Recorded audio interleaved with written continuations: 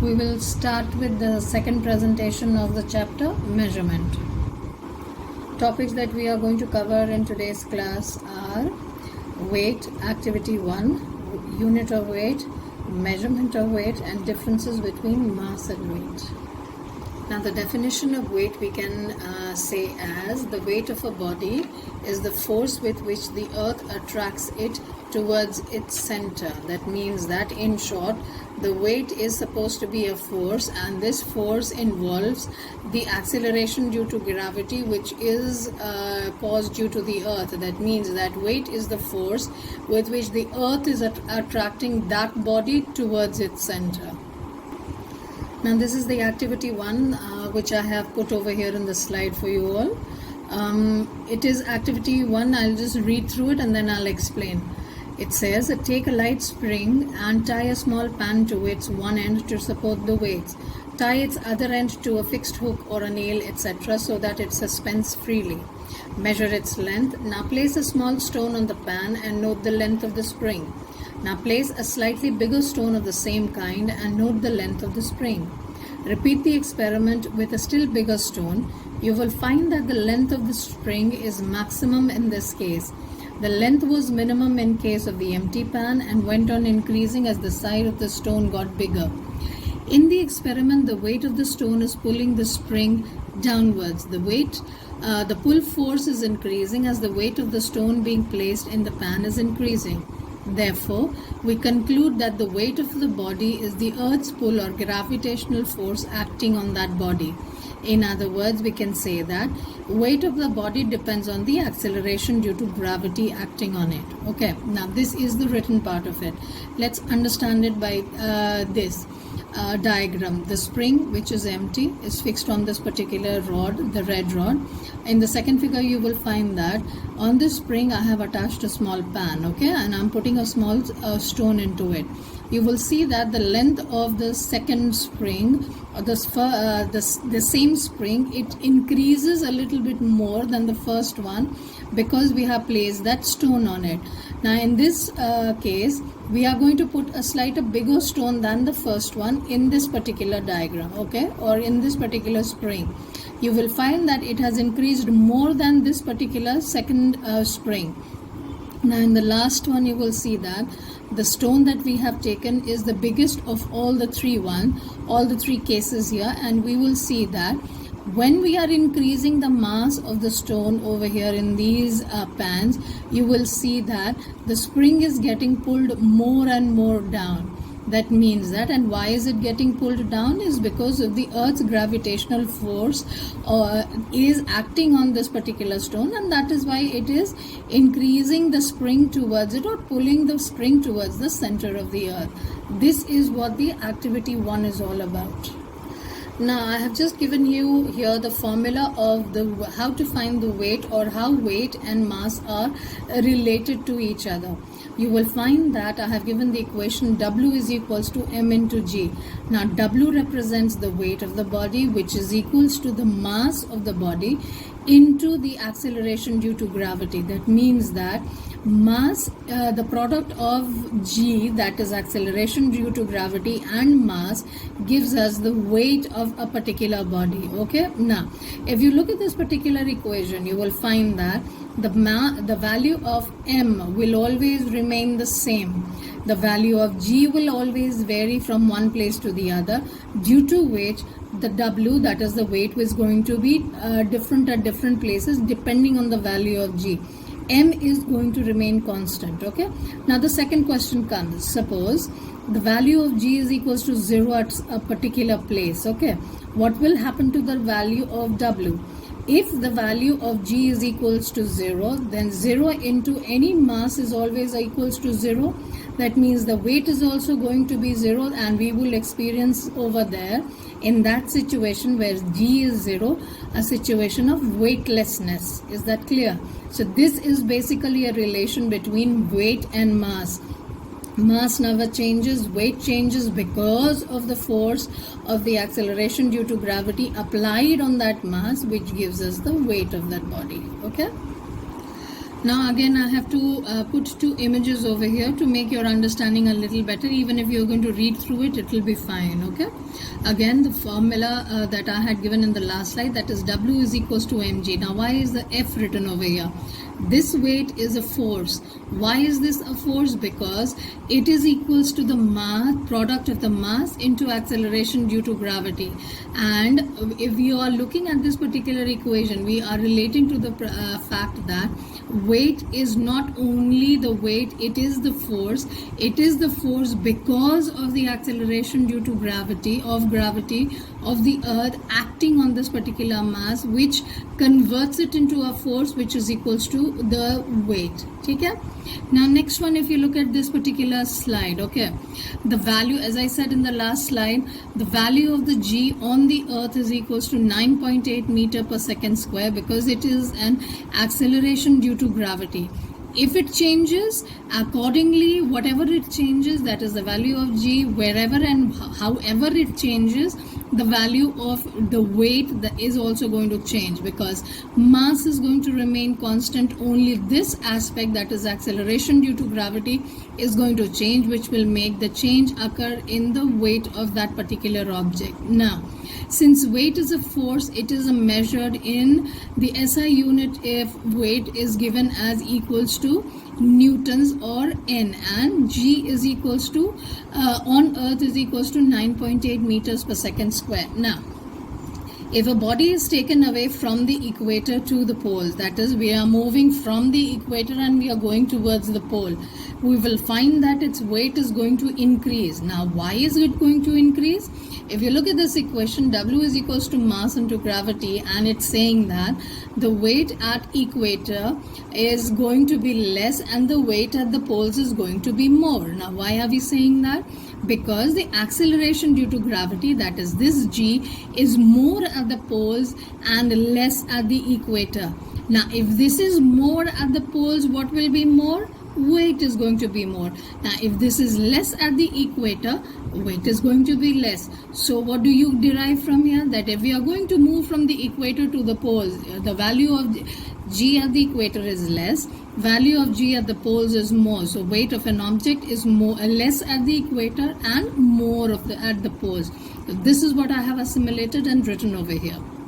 Now, important pointers, what we had discussed in the last slide is the acceleration due to gravity is different at different places. Weight of a body is also different at different places. As I said, the acceleration due to gravity is more at the poles and less at the equator. So a body's weight is going to be more at the poles and less at the equator. Just what we had discussed in the last slide. Now, the unit of weight. What are the units in which we measure weight? It is generally measured in the units of kilogram force, that is kgf, or gram force, that is gf. Now, what is the definition of kilogram force or kgf is? 1 kilogram force is the force with which the earth attracts a body of mass 1 kilogram towards its center. In 1 kilogram force, the mass that we are going to have is going to be 1 kilogram. Now, what is 1 gram force? 1 gram force is defined as the force with which a body of mass 1 gram is attracted towards the center of the earth. Now, coming down to the last point of what is the SI unit of weight. The SI unit of weight is newtons, and a sub-unit, that is a smaller unit, is given as equals to dyne. Now, what is the relation between the newton and dyne? It is given as 1 newton is equals to 10 to the power 5 dynes. Alright? Now, how do you measure weight? We are seeing over here the diagram that is given here is of a spring balance. Okay, so a spring balance is basically used to measure the weight. Now let's look at the pointers that I have written for you. First one, the weight of the body is measured with the help of a device which is called the spring balance. A spring balance consists of a spring which is encased in a metallic case. If you look at this, the outer covering is metallic and it is having a spring in between. This is the spring, okay? Now a hook is attached to the lower end of the spring to suspend the bodies whose weight is to be measured, and the upper end of the spring is fixed to the metallic case. If you see, the hook has been fixed to this particular spring, to which we are going to put the object which we have to find the weight of, okay? Now next one. And the last point is a pointer is attached. If you see that this is the arrow over here, is attached to the spring, which moves up and down with the spring through a slit or the opening. A slit is supposed to be an opening, okay? And if you look at it, the scales are present over here. The pointer moves up and down depending on the object that you are going to put on this particular spring balance. Let's read it. Continuation of the measurement of the weight. Let's read the next pointer. A calibrated scale is provided at the metallic case containing the markings of 0 GF over here, 200 G, 100 GF, 200 GF, 300, 400, going up till 1000. If you look at the Newton over here, in which it is going to be measured, it goes as to 0, 1, 2 up till 10. So if you look at the spring balance, it is having two different types of units given. One side is GF and the other one, that is gram force, and the other side is newtons. Okay, now next one. The marking between the two readings are further divided into 10 subdivisions, okay? Alright, and one small division corresponds to 10 grams. If we are looking at this, it is a gram over here that we are discussing. Now when there is no weight on the hook, the pointer reads 0 gram force. Like if you see that there is no weight on the pointer over here, it's good reading over here, it's standing here, and it is reading both on GF side as well as on the Newton side. Now when a weight is suspended, we can directly note the reading on the calibrated scale.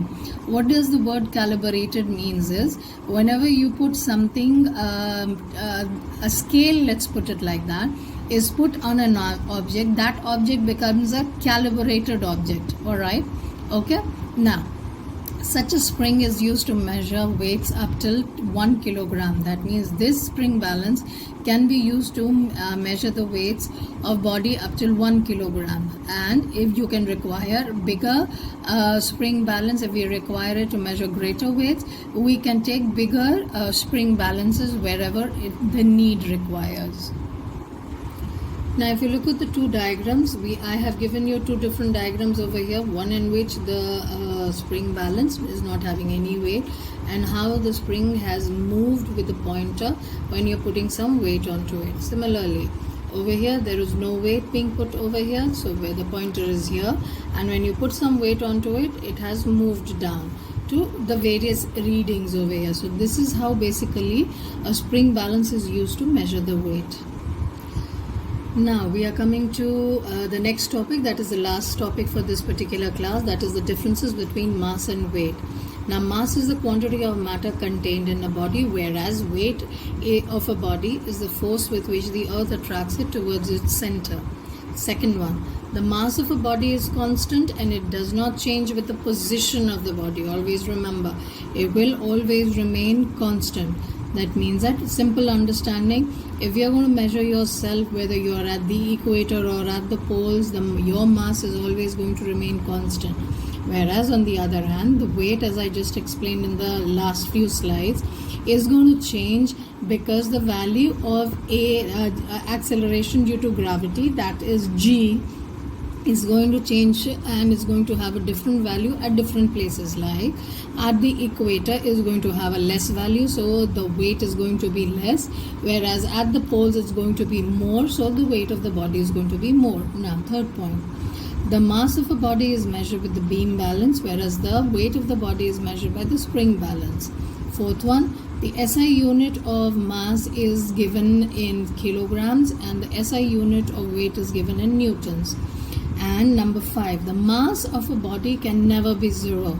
Okay, and as I had explained, the weight of the body can be zero because if there is no force of gravity or the acceleration due to gravity is not acting, or it's equal to zero, so the weight is also going to get equal to zero.